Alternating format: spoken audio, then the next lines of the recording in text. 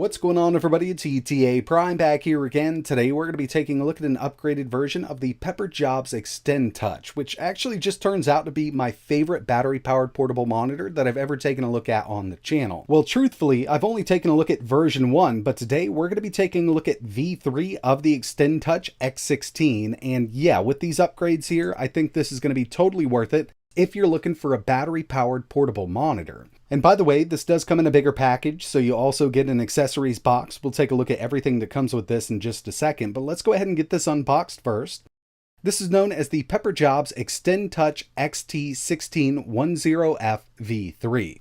We get our quick start guide here, gives us all the information we need to know about the OSD and everything like that. And even though the name suggests we might have a 16-inch display, it's actually 15.6 inches, but we've got a resolution of 1920 by 1080 running at 60 Hz. 72% NTSC color gamut, dual 2-watt stereo speakers, 10 points of touch, and a built-in 10,800 mAh battery, which is definitely one of the big claim to fames when it comes to this monitor. And with the V3, we actually get full Mac OS support, so we can plug this into our MacBook or our iMac and use it as a touchscreen to control the whole operating system. So inside of the box, obviously, you're going to get the monitor itself. We also get a full-size HDMI cable, and this is something I love about the monitor. No micro or mini on this thing. It's a full-size HDMI connection. We also get a 30-watt power adapter to charge the battery up. And keep in mind, this also supports USB Type-C video in. It supports alt mode, so if you just want to run your phone over a single USB Type-C cable, or your Steam Deck, your Switch, your mini PC, your MacBook, all you need is that single USB Type-C cable to get video in and touch throughput on this monitor.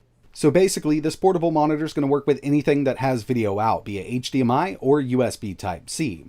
Now, when it comes to enabling touch with different devices, there are some that just aren't going to work with it, like the Nintendo Switch. But with V3, like I mentioned, we do have full Mac OS support, and that's the first thing I want to take a look at. Alright, so what I've got here is an M1 MacBook Pro. As a lot of us already know, this does not support touch out of the box. They just don't make Macs with touch screens yet. Maybe down the road they will. And this is something I get asked about quite a bit whenever I do a portable monitor review. I've never been able to get one to work except for this one here. So the V3, all I did was plug it right in with that USB Type-C cable. We've got video over to the external monitor and touch support.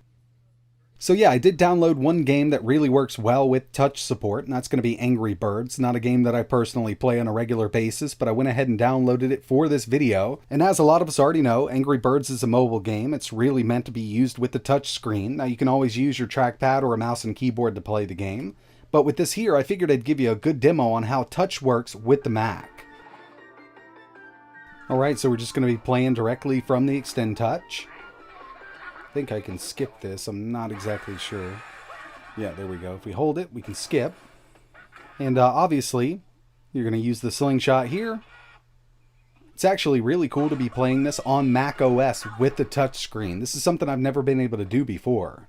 So yeah, the Xtend Touch X16 V3 does work with Mac OS. If you've been looking for an external monitor with touch support for your Mac, I would definitely check this one out first.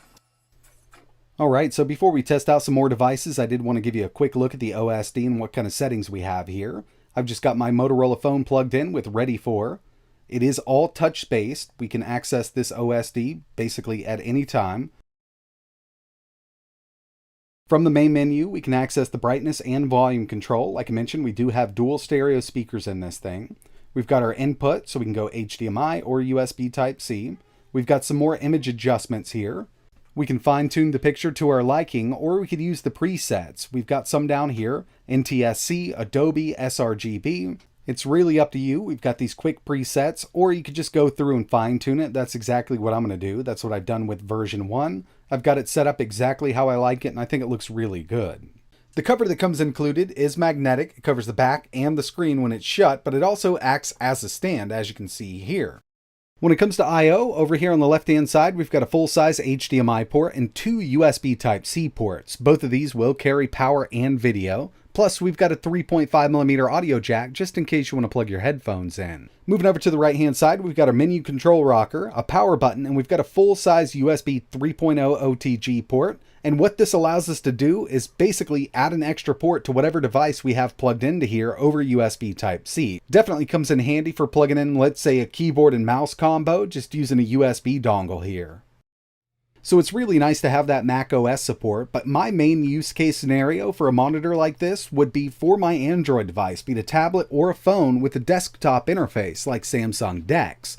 So I've got my Galaxy S10 right here. I've got it set up to go directly into DeX once it detects an external monitor. And as you can see, it comes right up. We've got a desktop interface and I can actually still use my phone. Touch works here with the Xtend Touch, no problem at all. And with DeX, we also have a built-in touchpad and keyboard on the phone screen if you want to use that. But we've also got that OTG port. So I've just plugged in a keyboard and mouse combo, and it makes it really handy. That way we don't have to add any extra adapters to the phone. We've just got that single USB Type-C to the monitor, and the dongle is plugged into that OTG port on the display. Another cool thing they've added with V3 is the option to turn charging off. Right now it's off, but as soon as I turn it on, you'll see my phone's going to start to charge, and now it's charging from the internal battery on the portable monitor. So we've got a lot of battery life out of this thing at 10,000 milliamps. We're charging the phone and powering the display from the internal battery that's built into the Xtend Touch. Now, Samsung isn't the only one with the desktop interface. Right now I've got the Moto Edge 30 with Motorola's new Ready 4. This is one that I really like, and I've actually got it scaled up quite a bit. But from the main menu, as you can see, we've got a few options. We can go directly into the gaming section. It's going to list all of my games. I can add and remove them from here. Or we can go to full desktop mode. So I've actually got this scaled up quite a bit so we can see it a little better, but from the options we can scale it down. And obviously I'm still using that mouse connected over OTG, but touch also works.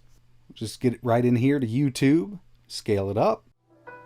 And the speakers on the monitor actually sound really good. We've got stereo speakers here. They're at 2 watts, 8 ohms, and on the V2 they actually had 4 speakers, but I actually think this does sound better. Those were 4 1-watt speakers. Here we've got the 2 2-watt, which do get a bit louder. But yeah, I mean, for media playback or work, if you want to do some email checking, document editing, things like that, it works out just fine on this monitor. But one of my favorite things to do like this is gaming. Be it emulation or native Android gaming. I'll go ahead and jump right into a little bit of Dreamcast emulation. And I'm just using an Xbox controller connected over Bluetooth to the phone. You can play whatever games you want. As long as they support controllers, you'll be able to use them in desktop mode on this bigger display. But yeah, this is one of my big uses for the original Xtend Touch that I use. I personally love Samsung DeX. I've got the Galaxy S22 with everything set up. I could basically use that as my main PC when it's connected to an external display.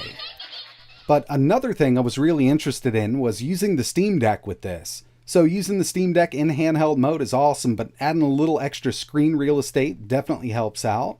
And from here, we could always use that OTG port for a mouse and keyboard, but once this is connected, we've got full touch control over the Steam Deck, so it'll function just like the Steam Deck's built-in display. We've got that full touch functionality, so from here we can head into our settings, we could go over to the store, we can launch a game, but you know, playing PC games with the touch screen doesn't work out too well, so I've got an Xbox controller connected here also. And playing PC games works out great. Now, unfortunately, we cannot control the brightness on this display from the Steam Deck settings, and I kind of didn't expect it to work that way. But one of the main reasons I would use an external display with the Steam Deck in the first place is for desktop mode. And this can be set up in several different ways. Right now, I've got the Xtend Touch as my main display. Secondary display is going to be the screen that's built into the Steam Deck, but we could always disable this. Personally, I usually leave it on, but you know, if you ever wanted to, all you need to do is head over to Settings, and we're going to find Display. Make sure the Xtend Touch or your external monitor is set as your primary, and you can go ahead and disable the built-in screen. So there we have it. Now we've got one display here, and we can use this in desktop mode, get some work done. You can even game like this. It's really up to you. The final thing I wanted to show off here was the Nintendo Switch. Now, when it comes down to it, this is going to work with all of the consoles, the Xbox Series S, the Series X, the PS5, over HDMI. But with the Nintendo Switch, by the way, I have the OLED model, we can actually plug directly into USB Type-C. Now with all of the consoles, we're not going to get the touchscreen working. Xbox, PS5, or Nintendo consoles just won't allow it.